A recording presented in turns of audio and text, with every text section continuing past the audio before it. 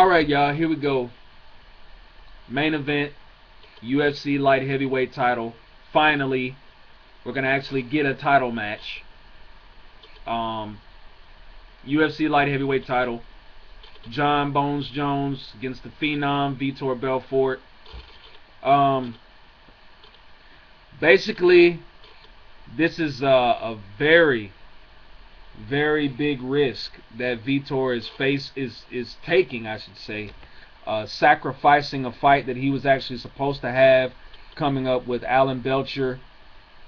Of course, everybody knows what happened with the John Jones controversy. I'm not going to even go into that.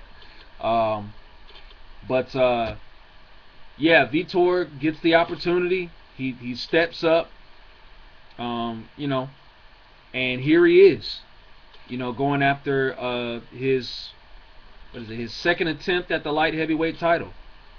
So yeah, like I said, this is a big risk for him.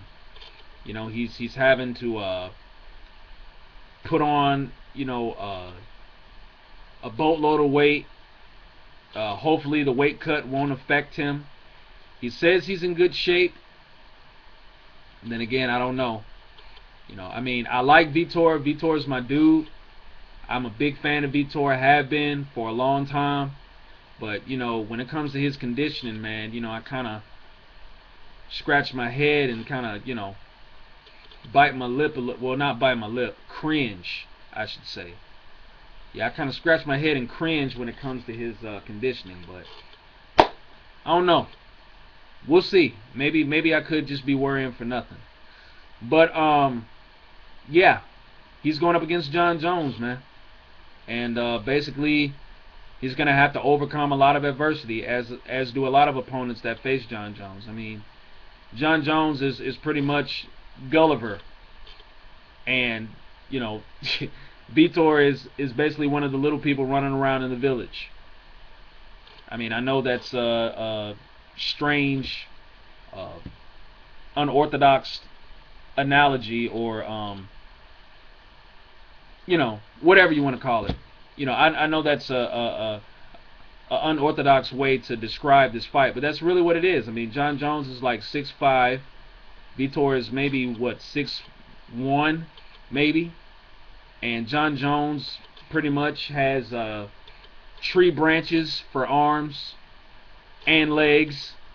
So yeah, Vitor is basically going to have to find a way to chop those trees down. You know, I mean, I think he can do it.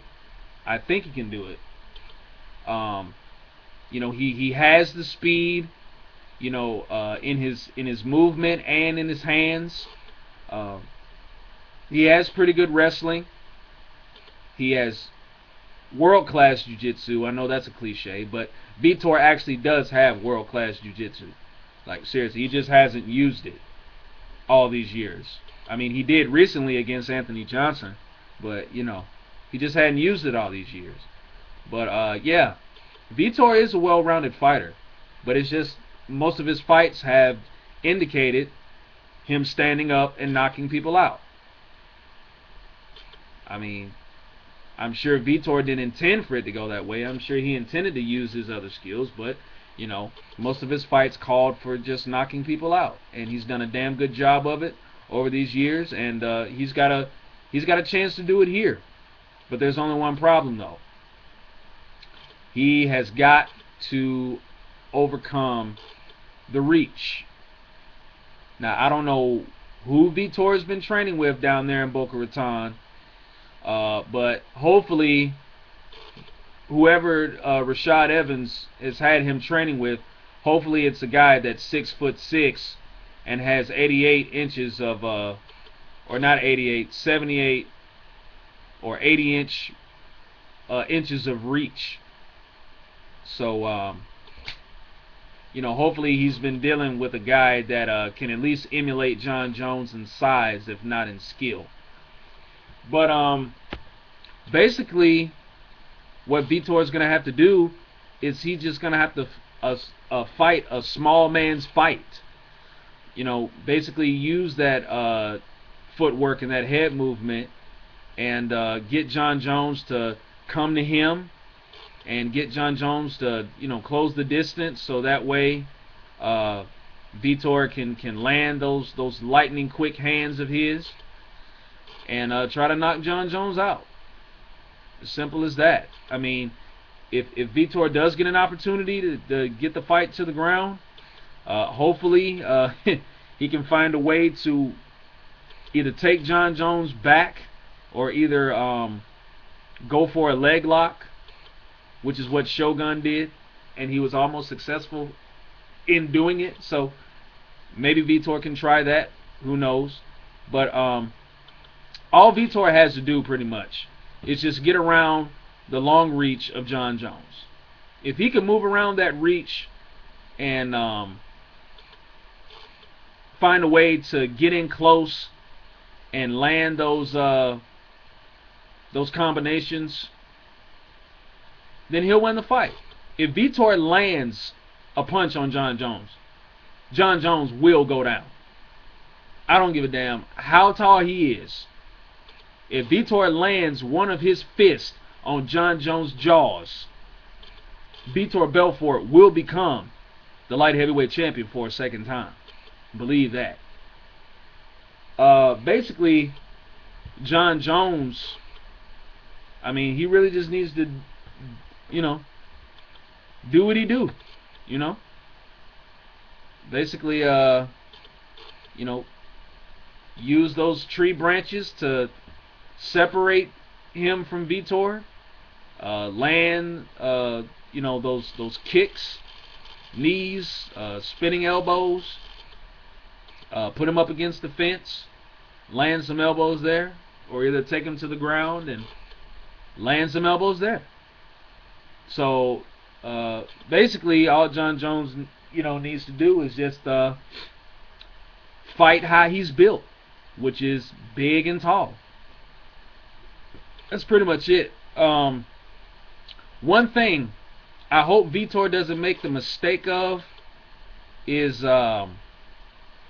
actually standing in front of Jon Jones, because as we saw in the Anderson Silva fight, vs.Belfort standing in front of another superior striker than himself is very bad.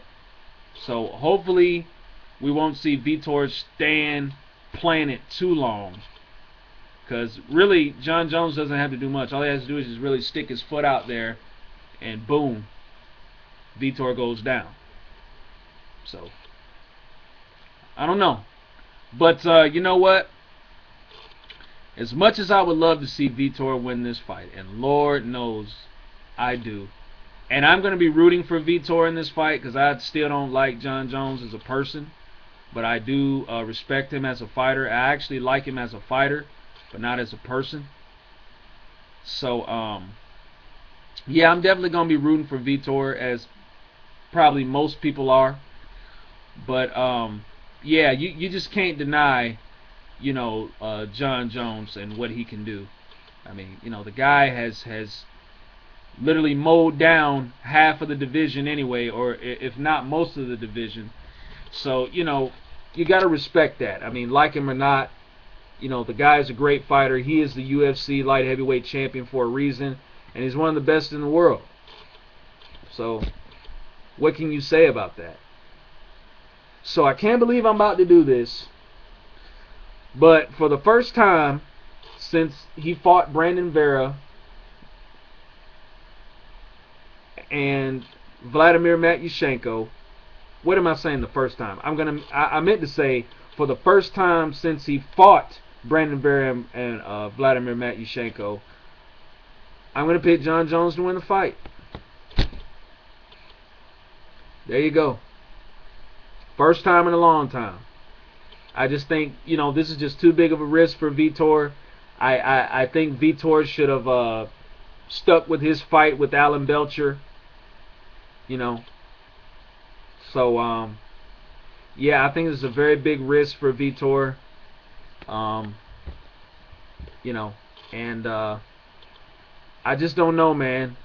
I just don't know. He's got a puncher's chance, but I just don't know. Jon Jones is too long. Jon Jones is pretty fast himself, you know. But I think it's going to be the size that's going to be the deciding factor here. And, you know, I just don't know how Vitor is going to get around that. I could see John Jones, you know, keeping distance and landing one of those elbows. And I think he wobbles Vitor. And I think he finishes it off with some knees in the clinch and a couple of ground, a couple of ground and pound punches here, and that's the end of the fight. So I'm gonna pick John Jones by, I'll say by third round TKO. You know, but hopefully Vitor will end it in the first round. I'm praying that Vitor catches John Jones with some punch. I'm praying, man. That would be awesome to see, because I really want to see John Jones, like, if he can really take a hit. I mean, like, from a striker better than Machida, or not. Well, if not better than Machida, just as good as Machida. But we'll see. But yeah, I'm gonna go with John Jones third round TKO, man. So there you have it. That is my complete UFC 152 predictions. Should be an awesome night of fights, hopefully, after all of this BS that we've had to endure the last couple of weeks, you know, with injuries and, you know, this John Jones thing. Hopefully we'll get a good MMA show in the end. So let's just watch. I know I will. Yeah, but that's it, man. Y'all enjoy the fight Saturday, and I'll catch y'all in the next video. Peace.